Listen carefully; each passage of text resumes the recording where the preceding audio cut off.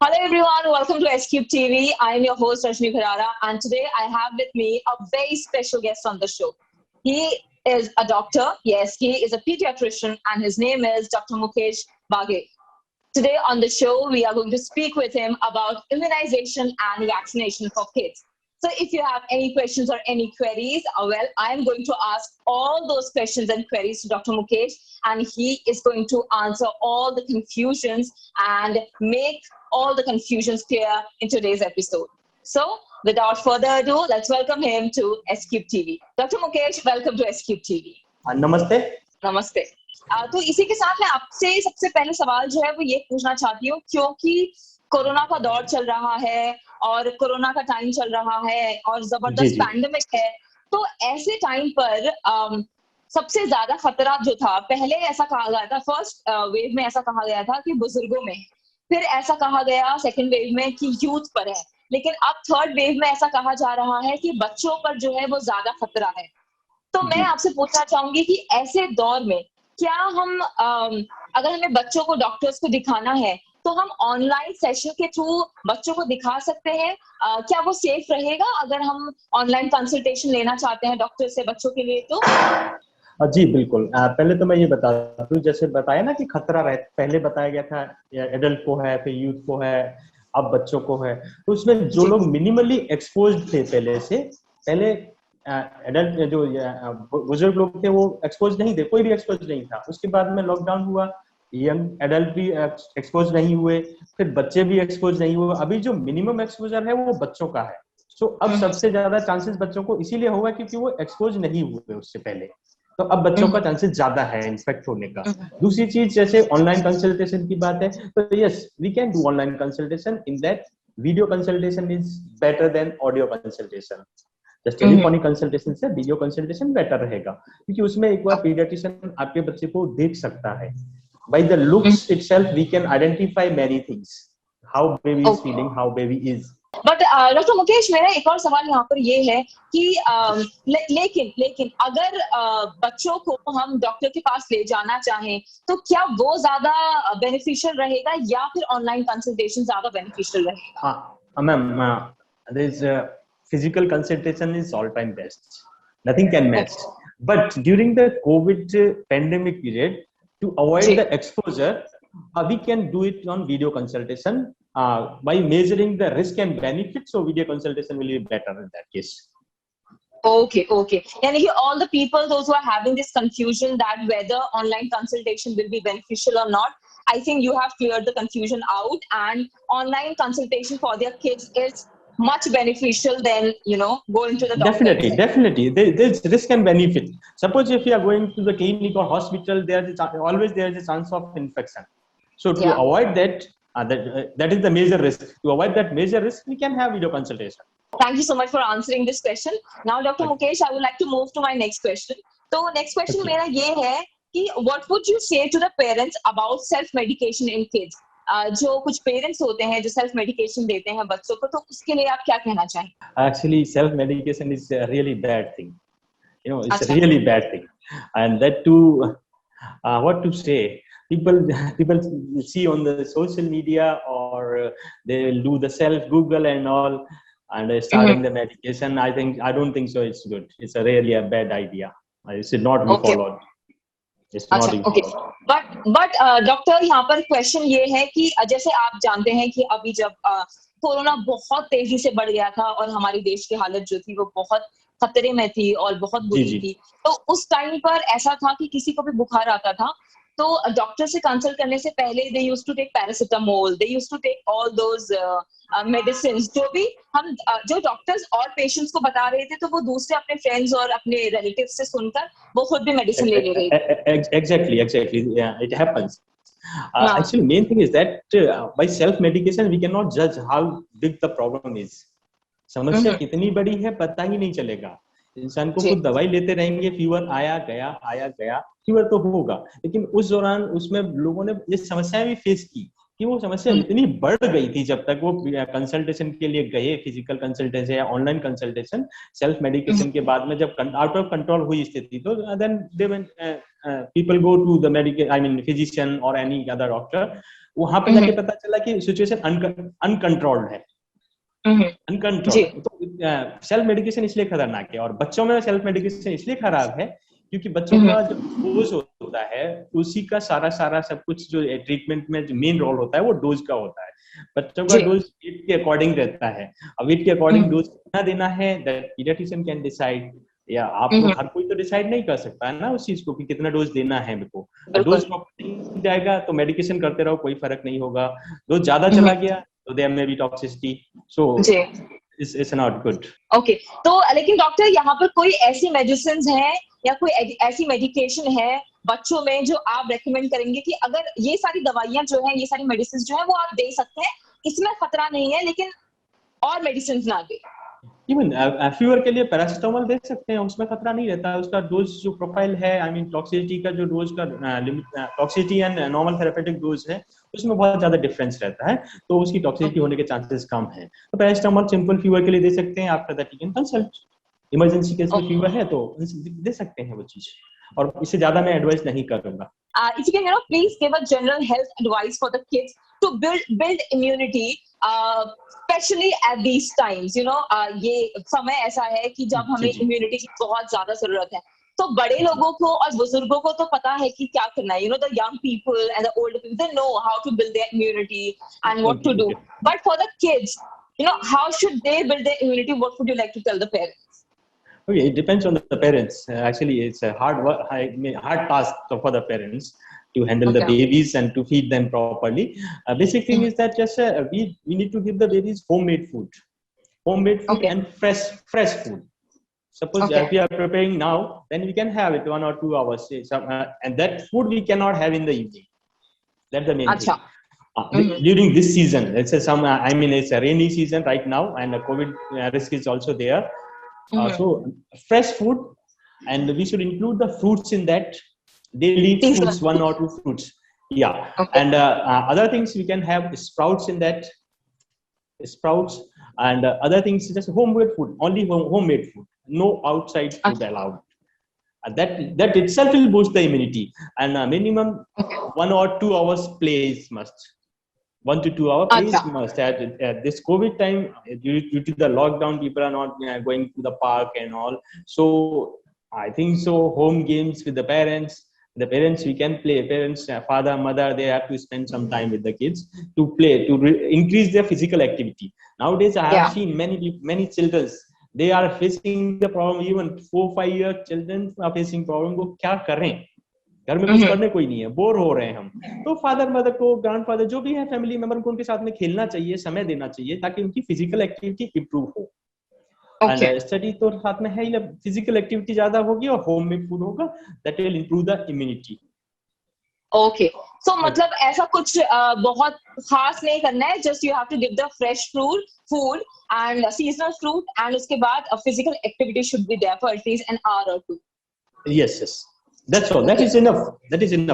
Okay, but Dr. Mukesh, my question is also, one of the major questions, that is, you just spoke about giving children fresh food, but the parents also have the tendency to cook their food in the morning, and then they keep it in the fridge, and then they serve it in the evening or in the afternoons, because they think that, okay, now the fridge is there, so that it is doing its job, so we can give the food in the afternoon, even if we cook it in the morning or in the afternoon, so we can just serve it 2 times or 3 times. So would you say that should be applicable here, or how should it be? No, we should avoid that. Actually, that is the main problem with the outside working ladies. I mean, every lady working in home also, but outside working ladies, they used to do these things. They'll prepare the food and keep in the fridge. I think so. This should be avoided. ऐसा करना ठीक नहीं है. तो fresh बनाइए, खाइए, खुद भी खाइए, हेल्दी रहिए, क्योंकि उससे ऐसा करेंगे तो उससे डॉक्टर के पास नहीं जाना पड़ेगा. ओके. मिनिमम कंसल्टेशन होंगे, मिनिमम मेडिकेशन होगा यदि ऐसा फॉलो करेंगे. सो ये जो फ्रिज वाला जो कॉन्सेप्ट चल रहा है, तो ये अभी एटलीस्ट मॉनसून के लिए बंद कर देना चाहिए. Definitely. Okay. So, Dr. Mukesh, also my next question to you is that why is immunization necessary in kids, and are parents of today's generation careful about it? Immunization is definitely is necessary thing. Everybody knows that with the immunization we are polio free now, just Yeah. because of immunization. Mm-hmm. Before the vaccine immunization of polio, we have seen many people who are morbid. I mean, comorbidities there. That's because of some leg paralysis and whatever. Yeah. Many things are there. So that is a live example. And another thing, smallpox has been eradicated because of vaccination. Mm-hmm. And now we are controlling many diseases because of vaccination. And vaccination is I think so, it's a best thing till now I can say about the diseases. It's better Mm-hmm. than medication. It's better than Yeah. medication. Okay, so vaccination, everybody should go for the vaccination. But now at current scenario, many people are afraid of that. Suppose so if you go out, then we can really expose to the COVID and all. So many clinics and hospitals, they are following the precautions. They are taking all precautions. And for vaccination, people can come with the prior appointment that we are coming Mm-hmm. for the vaccination. So vaccination areas are different in all hospitals and clinics. All are sanitized, and we are following all that no touch things, Yeah. no physical contact. Every people are following all these things. I mean, doctors and clinics, we are following such things. So vaccination कराना चाहिए, जाना चाहिए सबको. अभी जो current scenario है या पहले भी ज्यादा लोग जाते नहीं है, टर्न अप नहीं होते वैक्सीनेशन के लिए, देखा है मैंने. सिंगल फर्स्ट डोज हो गया, सेकंड डोज में डिले होगा, या फर्स्ट डोज भी नहीं लगवाएंगे. तो ऐसा तो है, बहुत ज्यादा मेजर पब्लिक नहीं लगवा रही वैक्सीन. बहुत जो कन्विंस नॉर्मल करना पड़ता है. जी रूटीन वैक्सीनेशन के लिए भी नहीं लगवा रहा. रूटीन वैक्सीनेशन जो गवर्नमेंट फ्री ऑफ कॉस्ट दे रही है, उससे भी फॉलो नहीं करते बहुत सारे लोग. तो लेकिन डॉक्टर, मैं यहाँ पे आपसे पूछना चाहूंगी कि जो आज के जो पेरेंट्स हैं, जो पहले की जनरेशन में ऐसा होता था क्योंकि एजुकेशन उतनी नहीं थी, मीडिया उतना नहीं था, और क्योंकि सोर्स ऑफ इंफॉर्मेशन जितनी नहीं थी, इंटरनेट नहीं था, तो उस वजह से उतनी नॉलेज भी नहीं थी पेरेंट्स को, जिस वजह से हमें पता नहीं था. तो उस वजह से इम्यूनाइजेशन और वैक्सीनेशन में बहुत प्रॉब्लम्स आती थी और बहुत ज्यादा कन्विंस करना पड़ता था पेरेंट्स को कि आप वैक्सीनेशन लगवाइए अपने बच्चों को और खुद भी लगवाइए. लेकिन आज के टाइम पर जब इतनी ज्यादा सोर्स ऑफ इंफॉर्मेशन है, मीडिया है, न्यूज बहुत कुछ है टू प्रोवाइड इंफॉर्मेशन, तो क्या आज की जनरेशन में भी आपको ऐसा देखने को मिल रहा है कि जहां पर पेरेंट्स जो है वो कन्विंस नहीं होते अपने बच्चों को वैक्सीनेशन लगवाने के लिए? आज की जनरेशन में कन्विंस तो होते हैं, बट मैम बहुत सारे लोग ऐसे भी हैं. मेजोरिटी ऑफ द पब्लिक की मैं बात करूं तो ऐसी पब्लिक है मेजोरिटी जो इस चीज को फॉलो नहीं करते. इवन एजुकेटेड हैं जो सिटीज में हैं, they can follow. But India is a rural country, we can say. Majority of the population is living in the rural areas. So it's very hard to convince them. In urban area, people are doing that. In urban also, not fully. Definitely, coverage has been increased, but not up to the mark. अच्छा, तो we have to work more. अच्छा. Definitely, बहुत ज्यादा काम करना है vaccination पर. Okay, and I hope we do work more, and I hope जो हम रिजल्ट चाहते हैं वो मिले. और जैसे हम पोलियो मुक्त हुए थे, पोलियो से आजाद हुए थे और हमारा पूरा देश आजाद हुआ था, वैसे ही हम कोरोना से भी मुक्त हो जाएं और जो बीमारियां हैं उनसे मुक्त हो जाएं. Because of course, like everybody knows, children are the future of the country. Definitely. So what would you like to tell parents about the myths like baby can get fever या पैरालिसिस हो जाता है, fever आ जाता है vaccination से, या even mortality can also happen after immunisation. तो ये सारे मिथ्स जो है वो बंधे रहते हैं, जिसकी वजह से पेरेंट्स सोचते हैं कि हमें नहीं लगवानी वैक्सीन अपने बच्चे को. तो ऐसे मिथ के लिए आप उन पेरेंट्स से क्या कहना चाहेंगे जो भी हमारा प्रोग्राम देख रहे हैं? मैम, ये चीजें बेसिकली सच में ही मिथ है, ऐसा कुछ भी नहीं है, सच नहीं है. ये सिर्फ पोलियो वैक्सीन होता है, ओपीवी वैक्सीन होता है, उससे कई लाख में कुछ पेशेंट को ऐसा कुछ मिला था कि उनको पोलियो हुआ, लेकिन अब नहीं है कुछ भी. एंड ऐसा कुछ भी नहीं है. फीवर के लिए बात करते हैं, फीवर के लिए कुछ एक ही वैक्सीन है जिसकी वजह से फीवर होता है.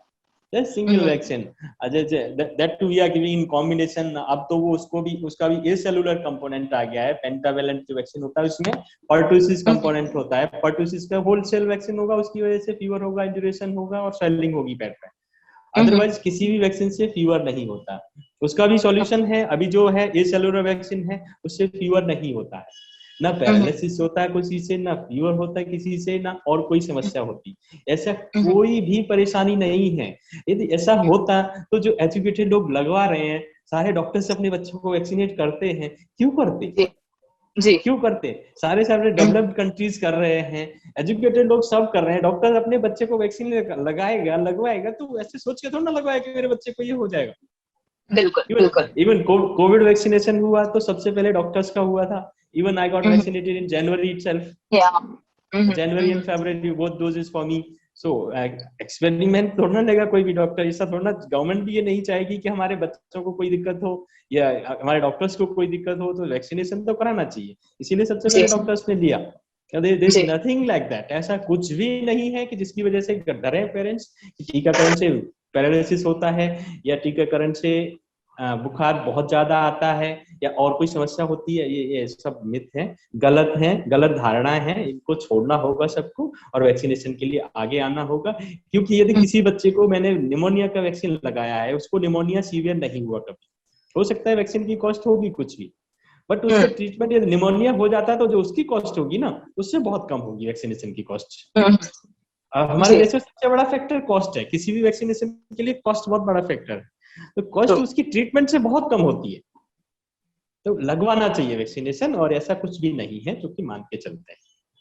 Okay okay, thank you so much. इतने अच्छे से आपने एक्सप्लेन किया और कन्विंस किया हमारी जनता को कि वैक्सीनेशन जो है वो कितना इंपॉर्टेंट है और सब कुछ मिथ है। और इवन कहीं ना कहीं मुझे लगता है कि जो न्यूज है ना, ये भी बहुत ज्यादा रोल प्ले करती है इन सब चीजों में, ये मिथ लाने में। क्योंकि अभी जब कोविड की वैक्सीन आई थी, कोरोना की वैक्सीन आई थी, तो उस टाइम पर भी न्यूज में काफी दिखाया गया था कि लोग बोलने लगे थे कि वैक्सीन लगा के हमारे शरीर पे जो है वो लोहा चिपक रहा है, चांदी चिपक रहा है। ये सारी चीजें जो थी वो न्यूज ने फैलाई थी और उसके बाद लोगों में गलत धारणाएं बन गई थी। तो थैंक यू सो मच, आपने वो सब क्लियर किया। तो नाउ डॉक्टर मुकेश, कोविड-19 का तो मेरा पर्सनल एक्सपीरियंस है ना, मैंने खुद वैक्सीन लिया था।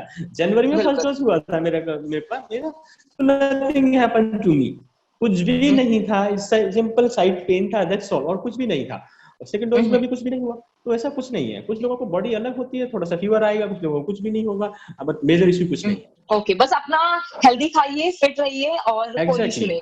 ओके, कैचअप वैक्सीनेशन क्या है और till what age do you recommend vaccination?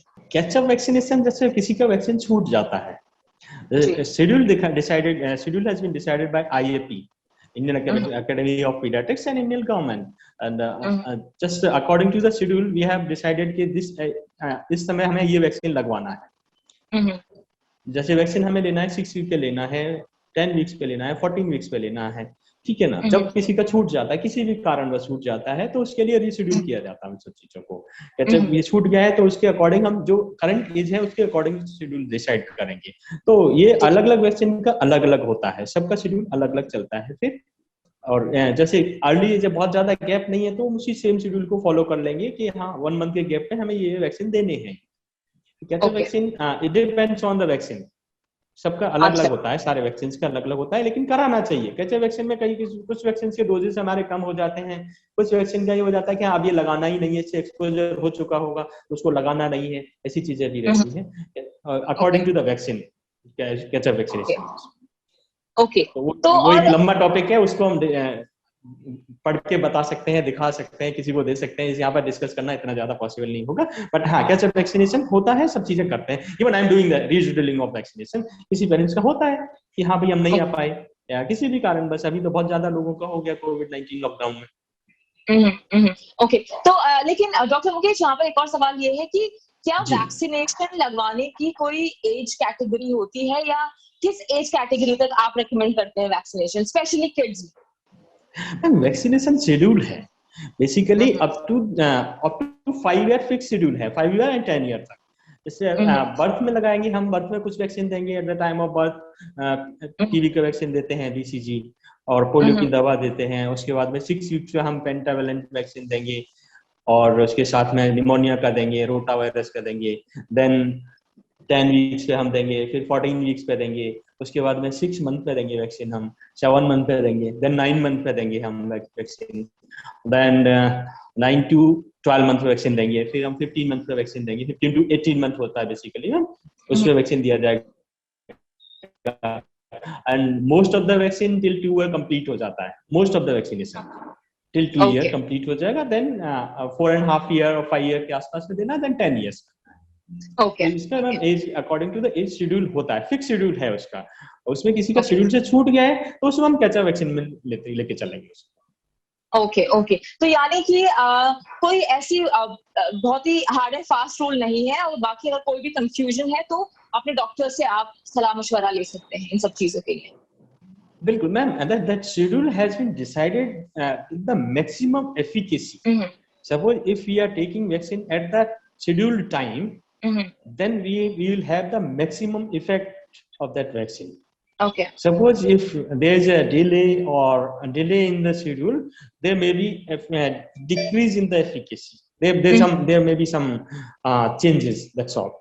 But effective तो होगा वो, असर तो होगा उसका।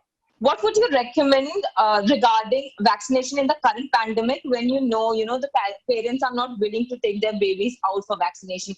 अभी जैसे ये समय है, जो पेरेंट्स है वो अपने बच्चों को बाहर ले जाने का भी नहीं ट्राई कर रहे हैं, वो बहुत ही मुश्किल से अपने बच्चों को बाहर लेके जा रहे हैं। तो ऐसे में आप कैसे कन्विंस करेंगे, क्योंकि अभी सरकार ने बता दिया है, गवर्नमेंट ने बोल दिया है कि 18 से कम एज वालों के लिए भी वो वैक्सीनेशन लेकर आ रहे हैं। तो ऐसे में आप प्लीज, मैं चाहूंगी हमारी जनता से दरख्वास्त करें, उनके पेरेंट्स से दरख्वास्त करें कि वो अपने बच्चों को लेकर आए और वैक्सीनेशन जरूर लगवाएं।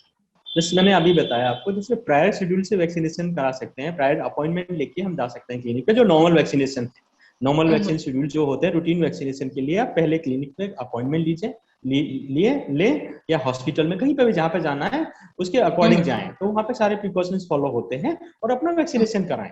इवन मैं भी यदि हॉस्पिटल जा रहा हूँ, क्लिनिक जा रहा हूँ, तो अपने प्रिकॉशन के साथ में जा रहा हूँ। क्लिनिक में बैठा हूँ तो सैनिटाइज हो रहा है, उसको प्रॉपर तरीके से सैनिटाइज कराया जा रहा है, 1 by 1 देखा जा रहा है किसी को भी। भले ही वेटिंग पीरियड बढ़ जाएगा उसमें, मान लिया हम किसी को 10 15 मिनट दे रहे हैं, इन बिटवीन हमें ब्रेक चाहिए कि हाँ सैनिटाइज होना है या कुछ क्लीनिंग होनी है, वो सब चीजें होंगी, तो उसके अकॉर्डिंग आप अपॉइंटमेंट लेके कहीं पे भी क्लिनिक पे जा सकते हैं। वैक्सीनेशन कराना चाहिए, उससे डिले करने में फायदा नहीं।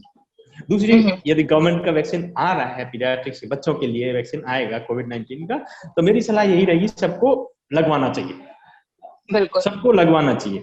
और इस चीज के लिए यदि किसी को कोविड-19 इन्फेक्शन हुआ है, वो लोग बहुत अच्छी तरह से बता सकते हैं। Even now I am seeing many people, they come and से अरे कहाँ कोरोना है, कुछ नहीं है, किसी को कुछ नहीं हो रहा। मैंने कहा भाई उससे पता करो जिसकी फैमिली में किसी को हुआ हो या जिसमें किसी को खुद को कोरोना हुआ हो, उससे पता करो आप जाके कि कहाँ है कोरोना, कैसा है कोरोना वायरस। तो जिसने फेस किया है वो सब चीजों को समझते हैं, नहीं किया है उन लोग को समझ लेना चाहिए। और जितना जल्दी हो सके, जिंदगी से बड़ा नहीं होगा वैक्सीनेशन, जिंदगी जरूरी है ज्यादा। बिल्कुल, डेफिनेटली डेफिनेटली, ये तो बात आपने बिल्कुल सही कही, जिंदगी से बड़ा कुछ भी नहीं है। तो अगर जिंदगी चाहिए तो वैक्सीनेशन जो है वो टाइम पर शेड्यूल करें और टाइम पर लगवाएं। जी बिल्कुल बिल्कुल। तो डॉक्टर मुकेश, आखिरी सवाल जो है मैं आपसे पूछना चाहूंगी कि please say something about for the expecting mothers regarding care and vaccination for their babies. Expecting mothers for COVID-19 vaccination or future coming, I mean for the baby vaccination. For the baby vaccination and also for the the vaccination that is in the market right now. Okay, for that government has said, I think so. Government has said anybody can take that vaccine. There was even pregnant ladies. There is no contraindication for that. किसी ने नहीं कहा है, ऐसा कुछ studies भी नहीं है फिलहाल में हमारे पास में, जो नया वैक्सीन है हमारा कोविड-19 का, कि ये नहीं ले सकता, ये नहीं ले सकता। कोई भी ले सकता है, लैक्टेटिंग मदर ले सकती है, प्रेग्नेंट लेडीज ले सकती हैं, या फिर कोई भी ले सकता है। ऐसा उसका क्लियर कट गाइडलाइन नहीं है, क्योंकि हमारे पास कोई हार्मफुल इफेक्ट भी नहीं है उस चीज का। और फॉर द बेबीज, तो बेबीज का तो नॉर्मल शेड्यूल से वैक्सीनेशन कराना चाहिए, उसमें कोई दिक्कत नहीं है, जैसा चलेगा। अब सपोज कोविड-19 एक्सपोजर भी हो रहे हैं लोगों को, लेकिन अपना प्रिकॉशन लेके चलना चाहिए। इतना ज्यादा डरने की जरूरत नहीं है, प्रिकॉशन लेने की ज्यादा जरूरत है। डरना तो बिल्कुल भी नहीं है जी। ओके, तो डॉक्टर मुकेश, एक और सवाल जाने से पहले, वो सवाल मेरा ये है कि जो एक्सपेक्टिंग मदर्स हैं जिनके babies who are about to deliver their babies, तो उनको आप कौन कौन से वैक्सीनेशन जो है वो इमीडिएट बेसिस पे रेकमेंड करेंगे after the delivery? For the mothers after delivery, for the mothers and baby. Yeah. For mother, no vaccine is required. After delivery, no, nothing is required. Just during the pregnancy, they have to take tetanus vaccination. That's all.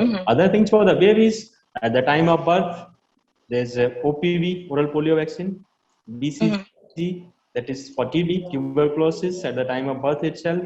Then at the age of 6 weeks, we recommend that IPV, injection of polio injection, and in that we are the hexavalent vaccine is there, or pentavalent vaccine is there. Pentavalent diphtheria, pertussis, tetanus, hepatitis B, Haemophilus influenza includes 5, and pneumonia and rotavirus at the age of 6 weeks. Then same vaccination at the age of 10 weeks.